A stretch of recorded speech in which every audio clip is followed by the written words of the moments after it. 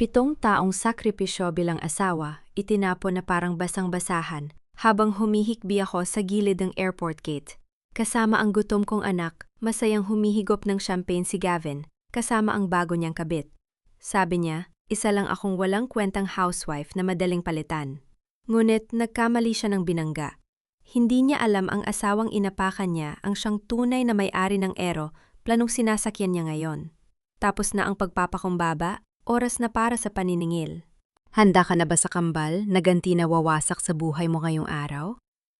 Sino ang mag-aakala na ang gate ng Ninoy Aquino International Airport kung saan ako malamig na itinapon ng asawa ko na parang basang-basahan, ang siya ring magiging saksi sa kanyang tuluyang pagbagsak? 50 piso na lang ang natitira sa pitaka ko habang nakatayo sa malamig na sahig ng terminal. Yakap ko ang 7 taong gulang kong anak na si Inigo habang ang lalaking pinag-alayan ko ng buong buhay ko ay masayang naglalakad palayo, hawak ang kamay ng ibang babae. Tila tumigil ang pag-ikot ng mundo ko. Ang ingay ng mga sapatos ng mga taong nagmamadali ang boses ng announcer sa speaker na nagtatawag para sa huling boarding ng eroplano. Lahat ng iyon ay naging malabo. Ang tanging naririnig ko lang ay ang sarili kong tibok ng puso na unti-unting nadudurog. Tumingin sa akin si Gavin. Walang bakas ng awa sa kanyang mga mata. Ang mukhang iyon na dati ay puno ng pangako nung wala pa siyang kahit ano. Nayon ay puno na ng put at pagmamataas. Sa tabi niya ay nakatayo si Clarice de Vera, ang anak ng may-ari ng pinakamalaking cargo company sa bansa. Amoy mamahaling pabango si Clarice, nakasuot ng terno na gawa ng sikat na designer at may nakatutunaw na ngiti sa kanyang mga labi habang nakatingin sa luma kong suot. Walang kwenta, walang pera, isang simpleng may bahay na walang alam sa mundo. Yan ang mga salitang binitiwan ni Gavin sa akin, ilang minuto pa lang ang nakalilipas sa harap ng maraming tao. Nakaramdam ako ng matinding panunuyo sa aking lalamunan. Gusto kong sumigaw, gusto kong itanong kung bakit. 7 taon ko siyang sinuportahan, iniwan ko ang sarili kong mga pangarap, ang sarili kong karera sa aviation para lang maging anino niya. Nung mga gabi na puyat siya para sa kanyang promosyon, ako ang gumagawa ng mga financial reports niya. Noong mga oras na malapit nang bumagsak ang kanyang mga proyekto, ako ang tahimik na nag-aayos ng lahat sa likod ng mga eksena. Ngunit na yon, para sa kanya ako ay isang pabigat na lamang. Isang glorified maid na hindi na nababagay sa mataas ning lipunan. Hinigpitan ni Inigo ang hawak sa laylayan ng aking lumang blusa. Umiiyak ang aking anak, nanginginig ang maliliit niyang balikat. Nagtanong siya sa akin kung bakit hindi kami sasama kay Papa sa eroplano. Hindi ko masagot ang anak ko. Ang bawat luhang pumapatak sa aking pisingi ay parang asidong sumunog sa aking pagkatao. Ngunit hindi ko hinayang makita ni Gavin na humihikbi ako ng malakas. Pinilit kong panatiling tuwid ang aking likod. Kahit napakiramdam ko ay mamamatay na ako sa sakit, hindi ako luluhod sa harap niya. Inilabas ni Gavin ang isang pirasong papel mula sa kanyang mamahaling leather bag. Ikinawit niya ang kanyang braso kay Clarice bago humakbang papalapit sa akin. Ibinaba niya ang papel sa ibabaw ng aming bagahe. Pirpirmahan mo ito ni Risa, ang malamig niyang utos. Yan ang waiver para sa kustodiya ni Inigo at ang pagsang-ayon sa mabilis na diborsyo. Huwag mo nang pahabain pa ito. Alam nating dalawa na wala kang kakayahang palakihin ng bata. Wala kang trabaho, wala kang sariling ipon. Kung pipirmahan mo ito ngayon, ibibigay ko sa iyo ang ₱250,000 para makapagsimula ka ng bagong buhay. Pero kung magmamatigas ka, sisiguraduhin kong kukunin ko si Inigo sa legal na paraan at maiwan kang walang kahit isang dusing. Tiningnan ko ang papel. Ang pamagat nito ay malinaw na nakasulat sa makapal na letra. Custody waiver and absolute separation. Ang aking kamay na nakahawak sa ballpen na ibinigay ng kanyang assistant ay nanginginig ng husto. Ang aking dibdib ay sumasikip tila may malaking bato na nakadagan dito na nagpapahirap sa bawat paghinga ko. May 5 minuto na lang bago isara ang pinto ng eroplano. Ang assistant ni Gavin ay patuloy na tumitingin sa kanyang rilo tila nagmamadali. Ang mga tao sa paligid ay nagsisimula na magbulong-bulungan tinitingnan kami na parang isang palabas sa telebisyon. Ang pressure, ay nararamdaman ko sa bawat sulok ng aking katawan. Pumirma ka na ni Risa. Huwag mo nang sayangin ang oras namin. Sabi ni Clarice, ang kanyang boses ay puno ng pagkainip. May mahalagang board meeting pa kaming pupuntahan sa Singapore. Huwag mong isipin na may halaga ka pa sa buhay ni Gavin. Tumingin ako kay Inigo. Tumingin ako sa kanyang maliliit na mata na puno ng takot. Kung pipirmahan ko ito, mawawalan ako ng anak. Kung hindi ko ito pipirmahan, gagamitin ni Gavin ang lahat ng kapangyarihan ng pamilya De Vera para durugin ako sa korte. Sa tingin nila ay nakuha na nilang lahat. Sa tingin nila ay nagtagumpay silang iwanan ako sa pinakamababang bahagi ng aking buhay. Ngunit may isang bagay na hindi alam ni Gavin. Isang lihim na itinago ko sa loob ng 7 taon upang maprotektahan ang aming pamilya mula sa mga kaaway ng aking yumaong ama. Hindi niya alam na ang kumpanyang kinabibilangan niya ngayon ang Maharlika Skies na pinagpapakamatayan niyang makuha ang posisyon bilang Tong Gyamdok ay hindi pag-aari ng mga De Vera. Ang pamilya ko ang nagmamay-ari ng 50% at isa pang bahagi ng shares nito. Ako ang lihim na tagapagtatag na sumagip sa kumpanyang ito mula sa paggalugi noong mga nakaraang taon gamit ang natitirang yaman ng aking ama. Dahan-dahan kong ibinaba ang ballpen. Tumingin ako ng diretsyo sa mga mata ni Gavin. Ang aking mukha ay walang emosyon, ngunit sa loob ko ay may isang desisyon na nabuo. Isang desisyon na magpapabago sa kapalaran naming lahat. Kinuha ko ang papel ng waiver. Sa isang mabilis at mariing pagkilos, hinati ko ito sa 2. Ang tunog ng napunit na papel ay umalingaw-ngaw sa tahimik na bahagi ng gate. Ang mga piraso nito ay dahan-dahang nalaglag sa sahig sa tabi ng sapatos ni Gavin. Namilog ang mga mata ni Gavin sa gulat. Ang kanyang mukha ay biglang napuno ng galit. Nasisiraan ka na ba ng bait ni Risa? Ang sigaw niya halos mawalan ng kontrol sa sarili. Hindi ko siya sinagot. Kinuha ko ang kamay ni Inigo at tumalikod ako. Naglakad ako palayo ng may marangal na hakbang hindi lumingon kahit isang beses. Kahit na naririnig ko pa ang galit na pagtawag ni Gavin sa aking pangalan. Nang makarating kami sa isang mas tahimik na bahagi ng terminal, naupo ako sa isang bench. Inilabas ko ang aking lumang personal na telpo na mula sa lihim na bulsa ng aking bag. Ang telponong ito ay hindi kailanman nakita ni Gavin. Binuksan ko ito at hinanap ang nag-iisang numero na matagal ko nang hindi tinatawagan. Nang sumagot ang nasa kabilang linya ang aking boses, ay hindi na nanginginig. Ito ay malamig matatag at puno ng otoridad. Attorney Alberto Ako ito, si Nerissa Villamor. Ihanda mo ang lahat ng mga dokumento para sa emergency meeting ng Board of Directors bukas ng umaga. At attorney, ihanda mo rin ang suspension order para kay Gavin Salcedo. Pabalikin mo ang sasakyan ng kumpanya para sunduin kami ng anak ko sa airport. Ang natutulog na may-ari ng Maharlika Skies ay nagising na. Ang marangyan lobby ng Maharlika Skies headquarters sa Pasay City ay hindi bago sa akin. Noong nabubuhay pa ang aking ama, madalas niya akong isama rito. Ngunit sa nakalipas na 7 taon, naging estranger ako sa sarili kong tahanan. Ngayong araw, suot ang isang simpleng itim na corporate suit na matagal nang nakatago sa dulo ng aking aparador. Muli kong tinapakan ang makintab na sahig ng gusaling ito. Inatasan ko ang pinagkakatiwala ang yaya na pansamantalang bantayan si Inigo sa isang ligtas na silid sa tapat ng gusali.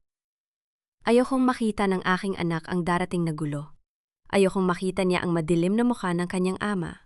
Pagpasok ko sa pribadong elevator patungo sa boardroom, naramdaman ko ang malamig na hangin ng aircon na tila sumasabay sa lamig ng aking puso. Wala nang puwang ang luha ngayon. Ang bawat patak ng luha ko sa airport nung isang araw ay naging gasolinang nagpaliyab sa aking determinasyon. Pagbukas ng pinto ng 12 palapag, nakita ko agad si Gavin. Mukhang bago ang kanyang suit at may malaking ngiti sa kanyang mukha habang nakikipagkamay sa ilang miyembro ng board ng kumpanya. Sa tabi niya ay si Clarice na may hawak na baso ng champagne, tila nagdiriwang na kahit hindi pa nagsisimula ang pagpupulong. Ngayong araw kasi ang nakatagdang formal na pag-anunsyo sa pag-upo ni Gavin bilang bagong pinuno ng Maharlika Skies. Nang dumapo ang tingin ni Gavin sa akin, biglang nawala ang ngiti sa kaning mga labi. Ang kanyang baso ay muntik niyang mabitawan at nakita ko ang mabilis na pagkunot ng kanyang no. Humakbang siya ng malalaki papalapit sa akin habang si Clarice ay sumunod na may kasamang mataray na tingin. Ano ang ginagawa mo rito, Nerissa? Ang pabulong ngunit nanginginig sa galit na tanong ni Gavin. Paano ka nakapasok dito? Wala ka ng kahihiyan talaga. Sumunod ka pa ba rito para magmakaawa na balikan kita? Sinasabi ko sa'yo, huwag mo akong ipahiya sa harap ng mga kasosyo ko. Guard, ilabas niyo ang babaeng ito. Trespassing siya rito. 2 gwardiya ang mabilis na lumapit sa aking kinalalagyan. Ngunit bago pa nila ako mahawakan, isang matangkad at may edad ng lalaki na may hawak na makapal na folder ang humarang sa kanila. Si Attorney Alberto. Huwag ninyong hahawakan ang ginang ang malamig na utos ni Attorney Alberto sa mga gwardiya. Ang mga security guard na nakakakilala sa kapangyarihan ng punong abogado ng pamilya Villamor ay agad na umatras at yumuko bilang paggalang. Tumingin si Gavin kay Attorney Alberto halatang, nalilito, at nagsisimula ng kabahan. Attorney Alberto, ano ang ibig sabihin nito? Bakit mo pinoprotektahan ang dating asawa ko? May mahalagang board meeting kami ngayon. Para sa aking appointment bilang bagong pinuno ng kumpanya, wala siyang karapatang mapadpad dito. Isang mapait na ngiti ang sumilay sa aking mga labi. Tumingin ako ng diretsyo sa kanyang mga mata kung saan nakita ko ang unti-unting pagyusbong ng takot na pilit niyang itinago. Mali ka, Gavin, ang mahina. Ngunit malinaw kung saad na naging sanhi ng pagtahimik ng buong pasilyo. May karapatan ako rito. Dahil ang upuang pagpipirmahan mo ngayon ay hindi kailanman naging iyo. Pumasok ako sa loob ng boardroom nang hindi nagpapaalam sa kanya. Ang mga miyembro ng board na nakaupo sa paligid ng mahabang lamesang gawa sa mahogany ay nagulat sa aking biglaang pagdating. Naupo ako sa pinakaharap ng lamesa sa mismong upuan ng chairman na matagal nang bakante mula nang mamatay ang aking ama. Gavin na sumunod sa akin sa loob ay galit na sumigaw habang nakaturo ang daliri sa akin. Nerissa, umalis ka dyan. Sino ka ba sa tingin mo para umupo sa upuang yan? Isang housewife na walang alam kundi ang maglinis ng bahay at magluto, lumapit si Attorney Alberto sa tabi ko at binuksan ang hawak niyang folder. Inilabas niya ang mga opisyal na dokumento ng kumpanya na may tatak ng Securities and Exchange Commission. Makinig kayong lahat ang anunsyo ni Attorney Alberto sa buong silid. Nais naming ipakilala sa inyo ang may-ari ng 50% at isa pang bahagi ng shares ng Maharlika Skies. Ang tunay na nakararaming shareholder at bagong tatayong chairman ng kumpanyang ito, walang iba kundi si Gina, ang Nerissa Villamor Salcedo, ang anak ng yumaong tagapagtatag na si Don Roberto Villamor. Parang binuhusan ng malamig na tubig si Gavin. Ang kanyang muka ay nawalan ng kulay, naging kasing puti ng papel. Ang kanyang mga kamay ay nagsimulang manginig at napilitan siyang humawak sa sandalan ng upuan para hindi matumba. Tumingin siya sa akin pagkatapos ay sa mga dokumentong inilatag ni Attorney Alberto at muli sa akin. Hindi maaari ito. Isang malaking kasinungalingan ito ang nanginginig na bulong ni Gavin habang tumitingin kay Clarice na ngayon ay nakanganga na rin sa gulat. Nerissa, paano nangyari ito? Wala kang pera. Wala kang kahit ano. Paano mo nakuha ang mga share na yan? Habang nakatingin ako sa kanyang gumuho na mundo, naramdaman ko ang isang uri ng kapayapaan sa aking loob. Walang sigaw, walang galit, tanging ang katotohanan lamang na sumasakal sa kanya ngayon.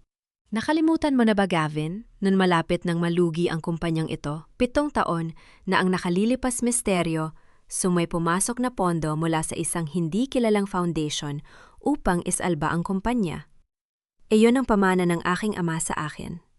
Pinili kong manatiling tahimik at ibigay sa iyo ang pagkakataon na pamunuan ito dahil nagtiwala ako sa iyo bilang asawa ko.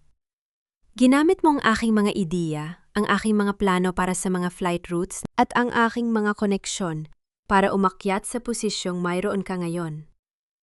Pero nagkamali ako. Akala ko ay may puso ka, pero isa ka palang ahas na matapos pakainin ay handa akong tuklawin.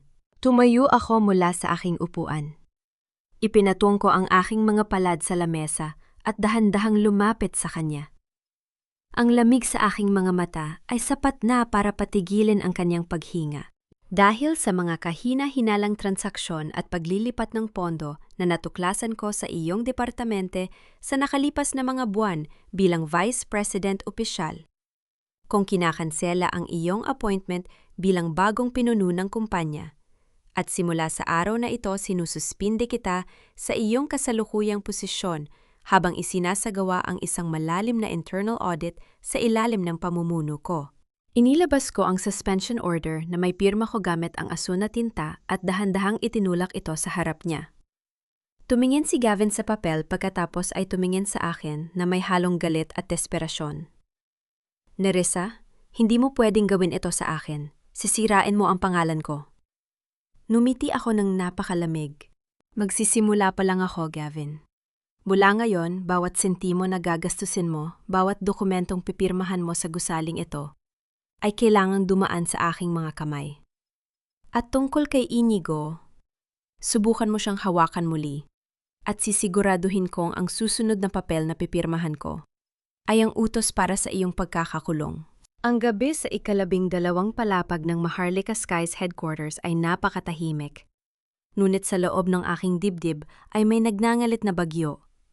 Nakaupo ako sa tapat ng malaking lamesa ng aking ama, pinaliligiran ng mga nakasalansang makakapal na folder ng mga financial statement at mga ulat sa maintenance ng mga eroplano para sa nakalipas na 2 taon. Si Attorney Alberto ay tahimik na nagtitimpla ng kape sa sulok. Ang kanyang muka ay seryoso habang binabasa ang ilang dokumento mula sa Bureau of Internal Revenue. Ang bawat bahina na aking nililipat ay naglalabas ng tunog ng kaluskos ng papel na tila bumabasag sa katahimikan ng gabi. Ang amoy ng lumang tinta at alikabok ay humahalo sa malamig na hangin ng silid. Habang lumalalim ang gabi, unti-unting nabubuo sa harap ko ang isang napakadilim na katotohanan. Hindi lang simpleng pagnanakaw ang ginawa ni Gavin, mas malala pa ito sa naisip ko. Tingnan mo ito, attorney. Ang nanginginig kong saad habang ipinapakita ang isang audit report mula sa isang dummy company na nagngangalang Aero Parts Solutions. Ang kumpanyang ito ay nakarehistro sa ilalim ng pangalan ng isang natanggal na empleyado ng Maharlika Skies. Ngunit, ang mga pondo nito ay direktang inililipat sa isang lihim na account sa labas ng bansa na pag-aari ni Gavin at ng pamilya De Vera. Lumapit si Attorney Alberto at tiningnan ang mga numero. Kumunot ng husto ang kanyang no. Kinaltas nila ng 40% ang pondo para sa pagbili ng mga orihinal na piyesa ng mga eroplano sa nakalipas na 2 taon ng bulong ni Attorney Alberto na may halong gulat sa kanyang boses. At ang Aeropart Solutions ang ginamit nilang supplier para sa mga mumurahin at hindi sertipikadong piyesa. Ninakaw nila ang natitirang pondo para palabasin na malaki ang kinikita ng kumpanya sa ilalim ng pamamahala ni Gavin habang binubulsa nila ang daan-daang milyong piso. Naramdaman ko ang mabilis na pagtakbo ng aking tibok ng puso. Ang aking mga palad ay nagsimulang lamigin at pawisan. Hindi lang ito usapin ng pera o ng aming nasirang kasal. Buhay ng libu-libong tao ang pinaglalaroan ni Gavin para lamang sa kanyang ambisyon.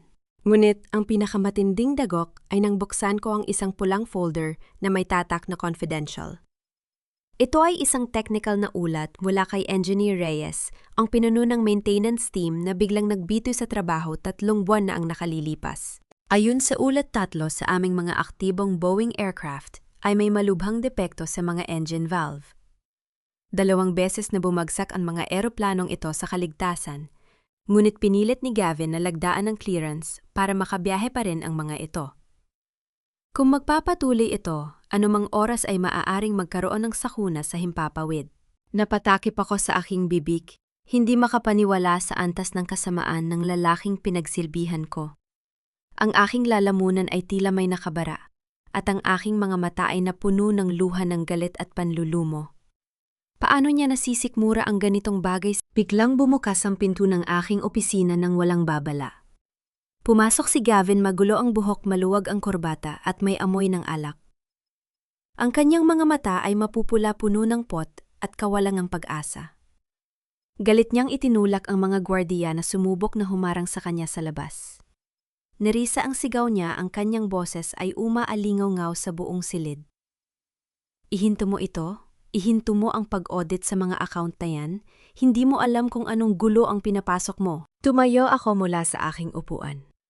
Pinilit kong wag ipakita ang aking takot.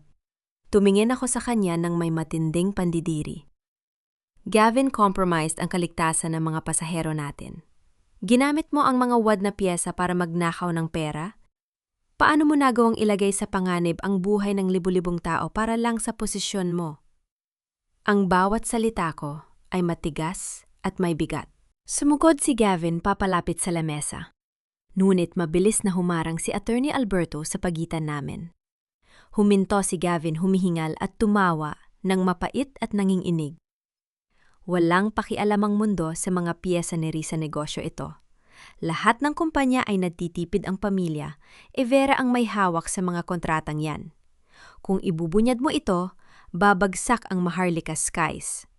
Ang pangalan ng tatay mo ang madudungisan dahil siya ang nagtatag nito. Masisira ka. Umalis ka sa harap ko, Gavin, ang malamig kong utos habang itinuturo ko ang pinto. Bago ko patawagin ang mga pulis para kaladkarin ka palabas ng gusaling ito. Wala ka ng kapangyarihan dito. Isang suspendidong empleyado ka na lang na naghihintay ng demanda. Tumingin sa akin si Gavin. Ang kanyang mga ngipin ay nagdangalit. May isang madilim na ngiti ang sumilay sa kanyang mga labi, na nagpapatayo ng aking mga balahibo. Tingnan natin kung hanggang saan ang tapang mo ni Risa, ang mahina niyang banta bago siya tumalikod at marahas na isinara ang pinto papalabas.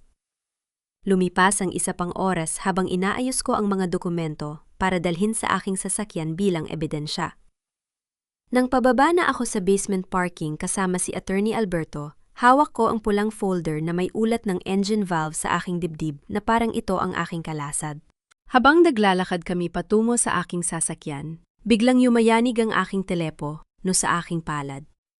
Isang mensahe mula sa isang hindi kilalang numero ang lumitaw sa screen. Dahan-dahan kong binuksan ang mensahe. Ang bawat salitang nakasulat doon ay parang kutsilyong sumasaksak sa aking puso na nagpabagal sa aking paghinga at nagpalamig sa aking buong katawan. Huwag mong subukang ilabas ang pulang folder na yan sa publiko, Nerissa. Kung ibubunyag mo ang tungkol sa mga engine valve, siguraduhin mong handa kang makita ang pangalan ng nag-iisa mong anak na si Inigo sa manifesto ng susunod na sasabog na eroplano ng Maharlika Skies. Nabitawan ko ang aking mga susi ng sasakyan. Ang tunog ng bakal nito ay umalingaw-ngaw sa malamig at madilim na parking lot. Nang gabing iyon, pinalibutan ko ng mga tapat na tauhan at karagdagang gwardiya ang lumang bahay ng aking ama sa Antipolo. Ang bahay na ito ay gawa sa matibay na semento, may mataas na pader at nakatago sa gitna ng malalaking puno ng mangga. Dito ako lumaki at dito ko naramdaman ang pinakaligtas na mga tao ng aking buhay. Pagkatapos ng natanggap kong banta sa parking lot, wala nang ibang lugar na mas ligtas para sa aking anak kundi ang tahanang ito. Habang nagpapatrolya ang mga gwardiya sa labas, pumasok ako sa kusina kasama si Inigo. Gusto kong alisin ang takot sa maliliit niyang mata. Ayokong maramdaman niya ang nagbabadyang banta sa aming paligid. Mama, magbe-bake po ba tayo ng banana bread? Ang tanong ni Inigo habang nakatingin sa mga saging at harina na inihanda ko sa ibabaw ng wooden counter. Ang kanyang boses ay puno ng pag-asa, isang simpleng kaligayahan na kayang magpagaan sa pinakamatinding dusa ng isang ibu. Oo anak, gagawa tayo ng paborito mo, ang nakangiti kong sagot. Habang pinipilit kong wag ipahalat, ang panginginig ng aking mga kamay. Inilagay ko ang gatas at mantikilya sa mangkok, habang si Inigo naman ang masayang naghahalo ng harina.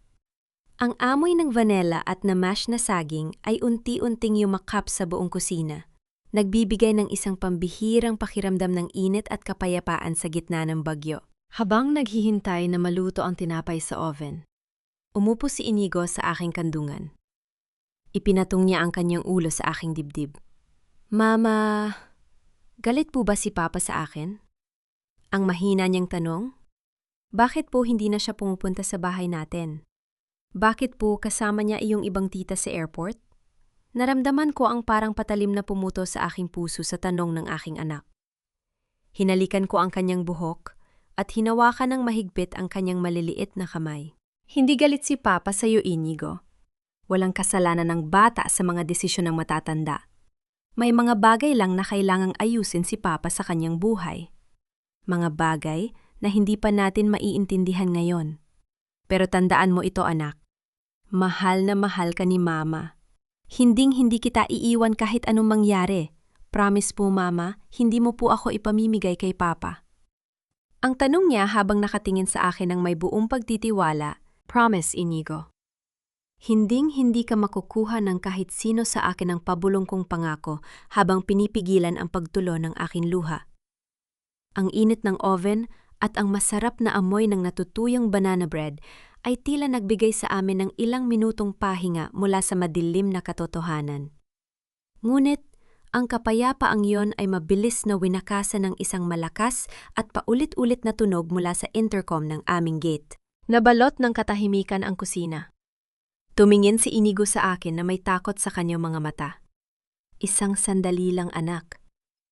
Manatili ka rito kasama si Yaya, ang bilin ko sa kanya habang itinayo ko siya at inayos ang kanyang damit. Pumunta ako sa sala at sinagot ang intercom. Ang boses ng aming head security ay mabilis at halatang nag-aalala. Ma'am Nerissa, may mga pulis po sa labas, kasama ang isang sheriff mula sa korte. May dala po silang opisyal na dokumento at nanggigiit na pumasok. Kumapit ako sa gilid ng pader upang balansihin ang aking sarili. Naramdaman ko ang mabilis na paglamig ng aking mga paa. Pumunta ako sa gate kasama ang 2 gwardiya para harapin sila. Sa labas ng gate, sa ilalim ng liwanag ng ilaw sa kalsada, nakatayo ang isang sheriff na may hawak na makapal na papel kasama ang 2 armadong pulis. Magandang gabi, Ginam Villamor, ang bungad ng sheriff. Narito kami para isilbi ang isang emergency ex parte order para sa temporary custody at psychiatric evaluation na inilabas ng Regional Trial Court ngayong hapon. Kinuha ko ang papel mula sa kanyang kamay. Ang bawat linyang aking binabasa ay parang isang panloloko na idinisenyo upang sirain ako. Inakusahan ako ni Gavin na may malubhang depresyon at hindi matatag ang pag-iisip. Ayon sa kanyang petisyon, ako raw ay isang banta sa kaligtasan ni Inigo. At itinatago ko ang bata ng walang permiso. Ginamit niya ang kanyang mga koneksyon sa korte upang maglabas ng utos na agad na ilipat si Inigo sa kanyang pangangalaga. Bago pa ngan magkaroon ng opisyal na pagdinig. Hindi niya makukuha ang anak ko ngayong gabi. Ang malamig at matigas kong pahayag habang itinataas ang aking ulo. Ang utos na ito ay inilabas ng walang tamang proseso. Ang aking abogado ay papunta na rito para maghain ng temporary restraining order laban sa utos na yan. Ginagawa lang namin ang aming tungkulin ang sagot ng sheriff na may banta sa kanyang boses. Kung hindi nyo ibibigay ang bata, nang kusa babalik kami bukas ng umaga kasama ang social worker para pilit na kunin siya. May 24 na oras ka lang para sumunod sa batas. Tinalikuran ko sila at pinasara ang bakal na gate. Nang makabalik ako sa loob ng bahay, narinig ko ang tunog ng timer mula sa kusina na nagbabadya na luto na ang banana bread. Pumasok ako sa kusina. Nakaupo si Inigo sa mesa, nakatingin sa mainit na tray ng tinapay na katatapos lang hangiin ng Yaya. Ngunit wala na sa amin ang may ganang kumain. Ang init ng pagkain ay tila napalitan ng malamig na hangin ng takot. Tumingin ako sa mainit na tinapay na hindi man lang natin matitikman at pagkatapos ay sa aking anak. Alam kong hindi na ako pwedeng maghintay pa sa susunod na galaw ni Gavin. Ang oras ay mabilis na nauubos. Kinaumagahan bago pa man tuluyang sumikat ang araw, naghahanda na kami ni Attorney Alberto para sa aming counter petition upang harangin ang binalak na pagkuha ng sheriff kay Inigo. Upang masiguro ang kaligtasan ng aking, pumasok ako sa silid-aklatan para pirmahan ang mga legal na dokumentong inihanda ni Attorney Alberto. Ang aking pluma ay mabilis na gumagalaw sa ibabaw ng papel, ngunit ang aking isip ay patuloy na binabagabag na matinding kaba. Isag hindi maipaliwanag na lamig ang unti-unting gumagapang sa aking likuran. Ang katahimikan ng bahay ay biglang nabasag ng isang matinis at puno ng takot na sigaw mula sa likod bahay. Boses yon ng Yaya ni Inigo. Ma'am Nerissa, Si Inigo po! Nawawala si Inigo! Nabitawan ko ang aking pluma. Ang maitim na tinta nito ay kumalat sa ibabaw ng mga puting papel na parang lason. Naramdaman ko ang biglang pagbagsak ng aking lalamunan at ang aking puso ay tila tumigil sa pagtibok.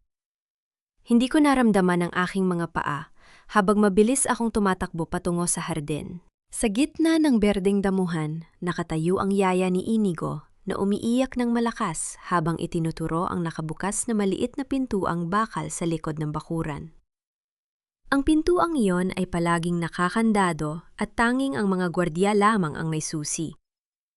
Sa ibabaw ng damuhan, nakalatag ang pulang laruang kotse ni Inigo, ang laruang hawak niya kanina bago ko siya iwan. Nasaan ang gwardiya sa likod ang pasigaw, kung tanong habang nanginginig ang aking buong katawan. Ang aking hininga ay naging mababaw at mabilis. Aayaw pong sumagot sa radyo, ma'am, ang sagot ng aming head security. Nakararating lang ang kanyang mukha ay puno ng pawis at takot. Mukhang binayaran siya ni Gavin Salcedo para buksan ang pinto mula sa labas. Nakita sa kuha ng kamera sa labas ang isang itim na sasakyan na mabilis na umalis. 5 minuto lang ang nakalilipas. Napasandal ako sa puno ng mangga. Ang aking mga tuhod ay nanghina. Tila gusto kong matumba sa lupa at umiyak hanggang sa mawalan ako ng lakas. Ang aking nag-iisang anak, ang aking buhay ay nasa mga kamay ng isang lalaking wala nang natitirang katinuan. Ngunit bago pa man ako tuluyang lamunin ng kawalan ng pag-asa, naramdaman ko ang pagyanig ng aking telepono sa bulsa ng aking corporate suit. Kinuha ko ito ng mabilis. Halos mabitawan ko pa dahil sa basang pawis ng aking mga palad. Gavin ang nanginginig ngunit puno ng galit kong saad pagkasagot ko sa tawag. Narinig ko ang isang mahinang tawa sa kabilang linya. Isang tawa na puno ng pagmamataas at kawalan ng puso. Nasaan ang matapang na chairman ng Maharlika Skies ngayon? Ang tanong ni Gavin, ang kanyang boses ay tila nanunokso. Sabi ko sa iyo, Nerissa, huwag mo akong subukan. Ang akala mo ba ay matatakot mo ako sa mga legal mong papel na yon? Hawak ko na ang pinakaimportanteng bahagi ng buhay mo. Gavin, anak mo rin siya. Paano mo nagawang gamitin ang sarili mong anak para sa kasakiman mo? Nanginginig siya sa takot na yon. Ang sigaw ko, habang pinipilit kong huwag pumatak ang aking mga luha sa harap ng aking mga tauhan upang mapanatili ang aking awtoridad. Huwag kang mag-alala, ligtas ang anak natin. Sa ngayon ang malamig na sagot ni Gavin. Ngunit mananatili lang siyang ligtas kung gagawin mo ang hihilingin ko. Gusto ko ang 50% at isa pang bahagi ng mga shares ng Maharlika Skies. Ihanda mo ang lahat ng mga dokumento para sa paglilipat ng pagmamay-ari sa pangalan ko. Hindi ko ibibigay sa iyo ang kumpanya ng ama ko, Gavin. Hindi ka magtatagumpay ang matigas kong pahayag. Kung ganon, magpaalam ka na kay Inigo, ang mabilis niyang sagot. Magkita tayo ngayong gabi, eksaktong 8:00, sa lumang hangar ng Maharlika Skies sa Sektor 4 ng airport. Dumating ka mag-isa. Walang abogado, walang pulis. Kung makakita ako kahit isang anino ng mga awtoridad sa paligid o kung malaman ko na sinabi mo ito kay Alberto, sisiguraduhin kong hindi mo na muling makikita ang anak mo. Ipapalipad ko siya palabas ng bansa gamit ang isang pribadong eroplano na hindi mo kailanman matutunton. Napatigil ang aking paghinga. Ang aking utak ay mabilis na nag-iisip ng paraan. Alam ko seryoso si Gavin. Ang isang taong desperado ay walang kinatatakutan. Hihintayin kita, Gavin, ang mahina, ngunit buo kong boses. Ihanda mo ang anak ko. Ngunit tandaan mo ito. Kung may mangyaring masama sa kahit isang hibla ng buhok ni Inigo, sisiguraduhin kong ang buhay mo ang magiging kabayaran. Ibinaba ni Gavin ang telepono. Ang tunog ng naputol na linya ay umalingaw-ngaw sa aking tainga, tila nag-iiwan ng isang malaking kawalan sa aking paligid. Lumapit sa akin si Attorney Alberto, halatang handang tawagan ang pinuno ng kapulisan upang maglunsad ng isang malawakang operasyon. Ngunit itinaas ko ang aking kamay para pigilan siya. Huwag, attorney, ang pabulong kong utos habang pinatutuyo ang aking mga luha. May mga tauhan si Gavin na nakabantay sa bawat galaw natin.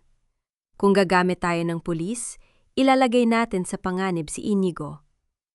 Ano ang gagawin natin, Ma'am Nerissa? Ang tanong ni Attorney Alberto na may halong pag-aalala. Tiningnan ko ang pulang laruang kotse ni Inigo na hawak ko ngayon.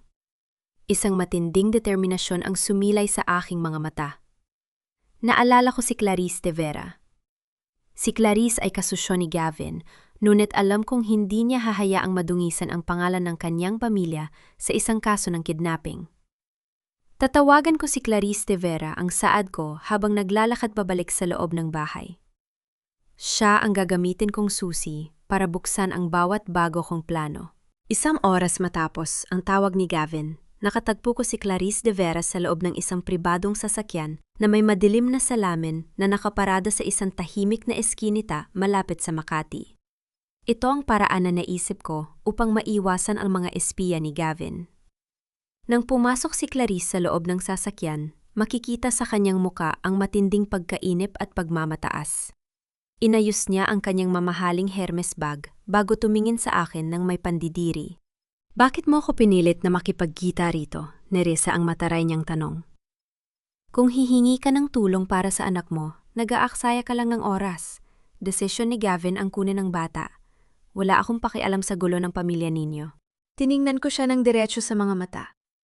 Walang bakas ng galit sa aking mukha, tanging ang isang malamig na katotohanan na alam kong gigiba sa kanyang mundo.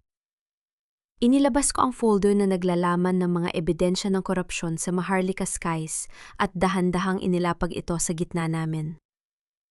Tingnan mo muna ito, Clarice, bago ka magsalita ng tungkol sa katapatan ng lalaking pinoprotektahan mo ang mahina kong saad. Mayabang na kinuha ni Clarice ang folder at binuksan ito. Ngunit habang binabasa niya ang unang 3 pahina, ang kanyang mapagmataas na ekspresyon ay unting napalitan ng gulat. Ang kanyang mga labi ay bahagyang bumukas at ang kanyang paghinga ay naging mabilis at mababaw. Ano ito? Ang nanging inig niyang tanong. Bakit narito ang pangalan ng kumpanya ng papa ko at bakit may mga pirma ko rito? Hindi ko pinirmahan ang mga kontratang ito para sa Aeroport Solutions. Gawa-gawa lahat ng yan ni Gavin. Clarice ang paliwanag ko habang pinapanood ang pagguho ng kanyang kumpiyansa. Nung pumasok ang pamilya ninyo bilang kasosyo, ginamit ni Gavin ang iyong tiwala para makuha ang mga digital signature mo at ng iyong ama. Ang Aeroport Solutions na nagsusupply ng mga peking piyesa sa mga eroplano ng Maharlika Skies ay nakarehistro sa ilalim ng isang dummy name na direktang nakakonekta sa inyong pamilya. Mabilis na nilipat ni Clarice ang mga pahina ang tunog. Na mabilis na paglipat ng papel ay tila sumasabay sa takot na bumabalot sa kanya. Ang kanyang mamahaling make-up ay hindi na maitago ang biglaang pagkaputla ng kanyang muka. Hindi ito totoo. Sabi sa akin ni Gavin, protektado kami. Sabi niya, ang pamilya Villamor ang mananagot sa anumang problema ang bulong ni Clarice na tila kinakausap ang kanyang sarili habang ang kanyang mga kamay ay nanginginig ng husto. Ginamit ka lang niya, Clarice. Ginamit niya ang pangalan ng pamilya de Vera bilang kalasad.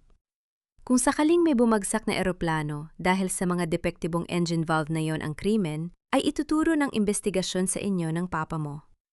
Si Gavin ay walang opisyal na pirma sa mga dokumentong yon. Malinis ang kanyang pangalan at handa na siyang tumakas patungong Panama gamit ang pera ng pamilya mo kapag pumutok ang iskandalo. Nabitawan ni Clarice ang folder.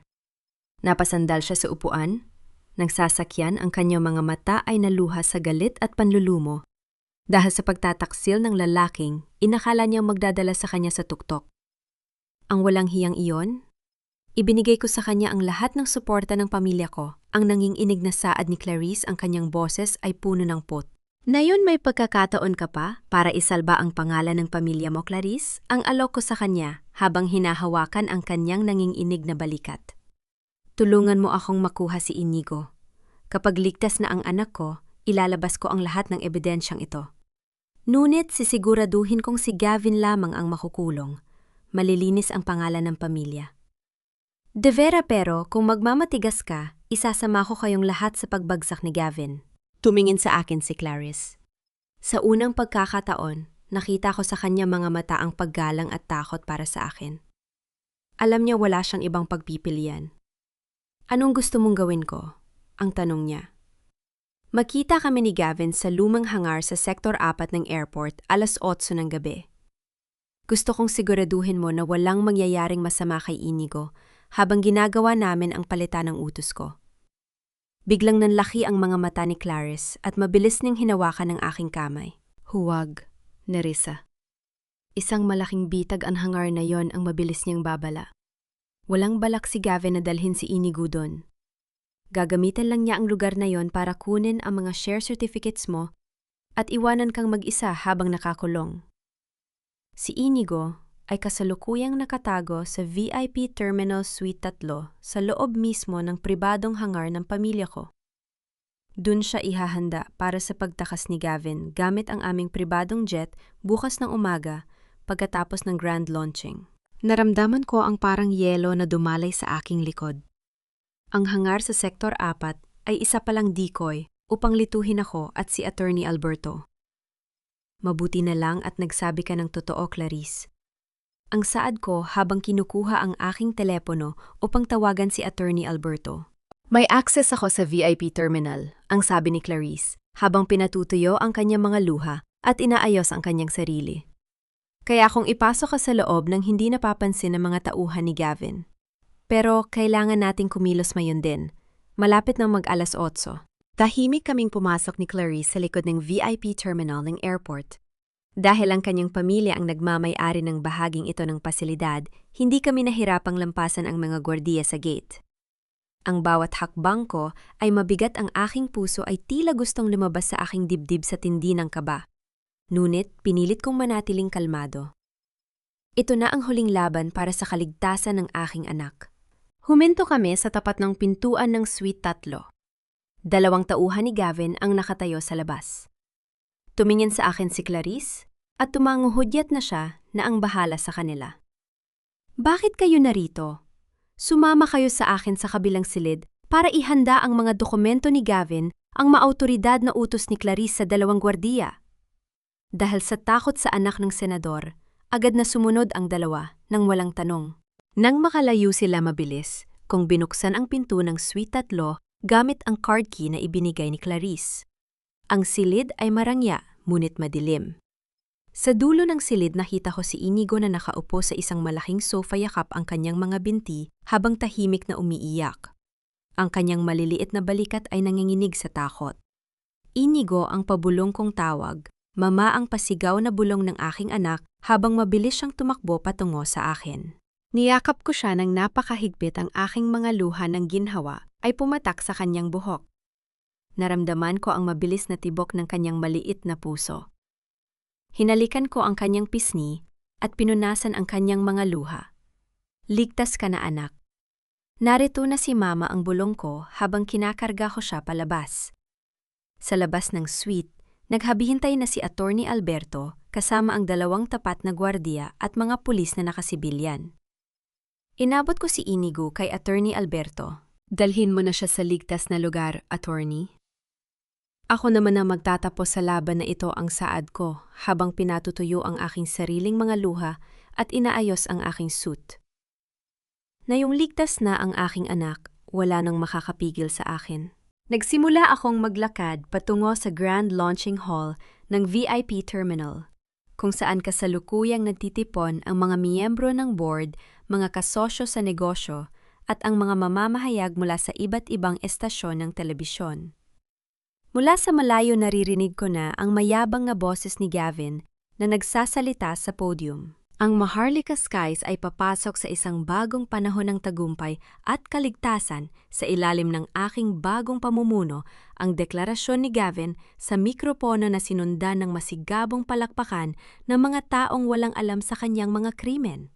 Nakatayo si Gavin sa gitna ng entablado, nakangiti habang kinukunan ng mga larawan ng mga mamamahayag. Akala niya ay nagtagumpay na siya. Akala niya ay kasalukuyan akong naghihintay sa malamig na hangar sa Sektor 4, hawak ang mga share certificates habang umiiyak. Ngunit nagkamali siya. Marahas kong ibinukas ang 2 malaking pinto ng hall. Ang ingay ng bumukas na pinto ay umalingaw-ngaw sa buong silid, dahilan upang lumingon ang lahat ng tao sa aking kinalalagyan. Ang mga ilaw ng kamera ng mga mamamahayag ay biglang nakatutok sa akin habang naglalakad ako papasok ng may tuwid na likod at mataas na no. Napatigil si Gavin sa pagsasalita. Ang kanyang hawak na mikropono ay bahaging lumayo sa kanyang bibig at ang kanyang mga mata ay nanlaki sa matinding gulat at takot. Ang kanyang mukha ay mabilis na nawala ng kulay. Hindi magkakaroon ng bagong pamumuno sa ilalim ng isang kriminal. Gavin Salcedo, ang aking malakas na pahayag habang naglalakad ako patungo sa entablado. Nerissa, paano ka... Ang nanginginig na bulong ni Gavin na hindi na magawang ituloy ang kanyang sasabihin. Agad na sumunod sa akin si Attorney Alberto at ikinonekta ang isang flash drive sa control room ng hall. Sa loob ng ilang segundo, ang malaking screen sa likod ni Gavin na dapat ay magpapakita ng kanyang bagong logo ay napalitan ng mga dokumento ng kanyang korupsyon. Lumalabas sa screen ang mga audit report ng Aeroparts Solutions, ang mga patunay ng pagbili ng mga peking piyesa ng eroplano, ang nakatagong ulat tungkol sa mga sirang engine valve, at ang pinakamatindi, ang malinaw na video mula sa CCTV ng bahay ng aking ama na nagpapakita sa mga tauhan ni Gavin habang kinukuha si Inigo. Ang buong hall ay napuno ng bulong-bulungan. Ang mga mamamahayag ay nagsimulang kumuha ng mga larawan ng screen at mabilis na nagtanong kay Gavin. Ano ang ibig sabihin nito, Gigi Salcedo? Totoo bang nagbenta kayo ng peking piyesa? Kinidnap niyo ba ang sarili ninyong anak? Ang sunod-sunod na tanong ng mga reporter. Sinungaling ka, Nerissa. Gawa-gawa mo lang ang lahat ng yan? Gusto mo lang akong sirain dahil iniwan kita ang pasigaw na depensa ni Gavin habang sinusubukang lumapit sa akin. Ngunit, agad siyang hinarang ng 3 unipormadong pulis na umakyat sa entablado. Gavin, tumingin ka sa akin ng saad ni Clarice na biglang lumitaw sa tabi ko. Tapos na ang panloloko mo sa akin at sa pamilya ko. Alam ko na ang tungkol sa mga peking pirma na ginawa mo. Para kami ang maging biktima ng mga kasalanan mo. G. Clarice, pati ba naman ikaw ang bulong ni Gavin na ngayon ay tuluyan ng nawala ng lakas? Napasandal siya sa podium habang ang pawis ay patuloy na gumagalaw sa kanyang no. Gigi. Gavin Salcedo, ikaw ay arestado sa kasong kidnapping, qualified theft at corporate fraud ang malamig na pahayag ng pinuno ng mga pulis. Ikinabit ng pulis ang metal na sengseng sa kanyang 2 kamay. Ang tunog ng bakal ng piring na sumasara sa kanyang mga pulso ay narinig ng buong silid. Nang hilahin siya ng mga pulis, papalayo tumingin si Gavin sa akin nang may luha ng desperasyon sa kanyang mga mata. Lumuhod siya sa aking harap, sa gitna ng entablado sa harap ng lahat ng kamera ng telebisyon. Nerissa, patawarin mo ako. Isipin mo si Inigo, huwag mo akong ipakulong, pakiusap ang pagmamakaawa niya. Ang kanyang boses ay puno ng takot. Tiningnan ko siya sa huling pagkakataon nang walang kahit anong awa sa aking puso. Inisip mo ba si Inigo noong iniwan mo kami sa airport na ito? Na walang kahit ano, Gavin? Inisip mo ba ang buhay ng mga pasahero nung nagnanakaw ka ng pera mula sa maintenance dito sa airport na ito? Mo kami iniwan? At dito rin sa airport na ito, magtatapos ang kalayaan mo. Hinayaan ko ang mga pulis na kaladkarin siya palabas ng hall. Habang ang mga flash ng kamera ay patuloy na sumasabay sa kanyang pagbagsak. Ang hustisya ay nakamit na sa mismong lugar kung saan niya inakalang iniwan niya akong walang kapangyarihan. 1 buwan matapos ang gabi na iyon sa VIP terminal, unti-unti nang bumalik ang liwanag sa aking buhay. Ang balita tungkol sa pag-aresto kay Gavin Salcedo ay naging pangunahing balita sa telebisyon at pahayagan sa loob ng ilang linggo. Nahaharap siya sa mahabang taon ng pagkakakulong dahil sa mga kasong qualified theft, corporate fraud at kidnapping ng walang piyansa. Ang pamilya de Vera naman sa tulong ng pakikipagtulungan ni Clarice ay nagbayad ng kaukulang multa at tuluyang lumayo sa pamamahala ng Maharlika Skies upang maisalba ang kanilang natitirang reputasyon. Ngunit para sa akin, ang pinakamalaking tagumpay ay hindi ang makitang nakakulong ang asawang nagtaksil sa akin. Ang tunay na tagumpay ay ang muling makuha ang aking kapayapaan at ang kaligtasan ng aking anak. Sa ilalim ng aking pamumuno bilang chairman, mabilis naming inayos ang kumpanya. Kinansela ko ang lahat ng kontrata sa Aeroparts Solutions at muling ibinalik ang tamang pondo para sa maintenance ng aming mga eroplano. Kinuha ko muli si Engineer Reyes bilang bagong Vice President of Operations upang masiguro na ang bawat eroplanong lilipad sa ilalim ng Maharlika Skies ay ligtas para sa bawat pamilyang nagtitiwala sa amin. Ang tiwala ng publiko ay mabilis na bumalik at ang mga eroplano ng aking ama ay muling lumipad ng may danggal sa himpapawid. Upang mas bigyan ng kahulugan ang aking pagbabalik, itinatag ko ang Roberto Villamor Foundation, isang pondo na naglalayong magbigay ng libreng edukasyon at tulong pinansyal para sa mga anak na mga empleyado sa airport tulad ng mga gwardiya, driver at mga maintenance crew. Sila ang mga taong tahimik na nagtatrabaho sa likod ng bawat matagumpay na paglipad at sila rin ang mga taong hindi nag-atubiling tumulong sa amin ni Inigo noong mga oras na wala kaming masandalan. Isang hapon habang lumulubog ang araw, nagpunta kami ni Inigo sa viewing deck ng Terminal 1. Ang langit ay puno ng kulay kahel at ginto, napakaganda at napakalawak. Ang hangin ay umiihip ng may banayad na lamig, tila ba bumubulong ng isang bagong simula. Hawak ni Inigo ang isang asul na papel na eroplano na ginawa namin kanina sa aming opisina. Ang kanyang muka ay puno ng sigla. Wala na ang takot at lungkot na nakita ko nung nakaraang buwan. Mamatingnan mo po ang eroplano ko lilipad. Po ito, nang napakataas, ang masayang sigaw ng aking anak habang itinataas ang kanyang kamay. Sige anak, paliparin mo ang nakangiti kong sagot habang hinahawakan ang kanyang balikat. Inihagis ni Inigo ang papel na eroplano sa hangin.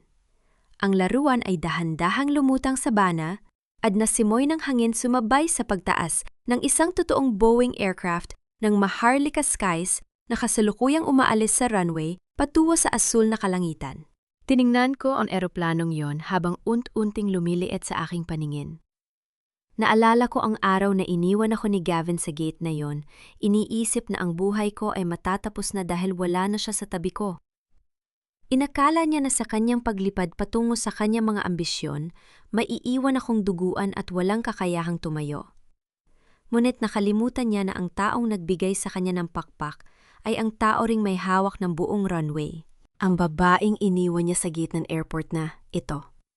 Ang siya palang magdidesisyon kung sino ang karapat-dapat na lumipad at kung sino ang dapat na manatili sa lupa. Niyakap ko si Inigo ng mahigpit habang pinapanood namin ang paglaho ng eroplano sa ulap. Sa wakas, ang aming buhay ay malaya na. Malaya mula sa takot, malaya mula sa kasinungalingan, at handa na maglakbay patungo sa sarili naming bukas. Ang asul na papel na eroplano ay patuloy na lumulutang sa hangin, sumasabay sa malayang paglipad ng ating mga pangarap patungo sa isang bagong umaga na puno ng pag-asa. Mga mahal kong tagapakinig na rito, muli ang inyong kasama sa paglalakbay ng puso. Maraming salamat sa inyong walang sawang pagsama kay Nerissa sa kanyang napakahirap ngunit makabuluhang biyahe upang bawiin ang kanyang danggal. Habang isinusulat ko ang kwentong ito, hindi ko mapigilang mapaluha sa tagpong iniwan siya at ang kanyang anak sa malamig na gate ng airport habang hawak ang huling 50 piso. Naalala ko ang sakit ng isang ina na kailangang maging matatag para sa kanyang anak kahit na ang sarili niyang mundo ay gumuhuna. Sa buhay natin, madalas tayong maging tulad ni Nerissa. Nagsasakripisyo tayo, ibinibigay natin ang ating buong lakas upang tulungang lumipad ang mga taong mahal natin kahit na ang kapalit nito ay ang paglimot sa ating sariling mga pakpak. Ngunit ang natutuhan natin sa kwentong ito ay isang napakahalagang katotohanan tungkol sa ating sariling halaga. Huwag na huwag mong ibibigay ang susi ng iyong buhay sa ibang tao.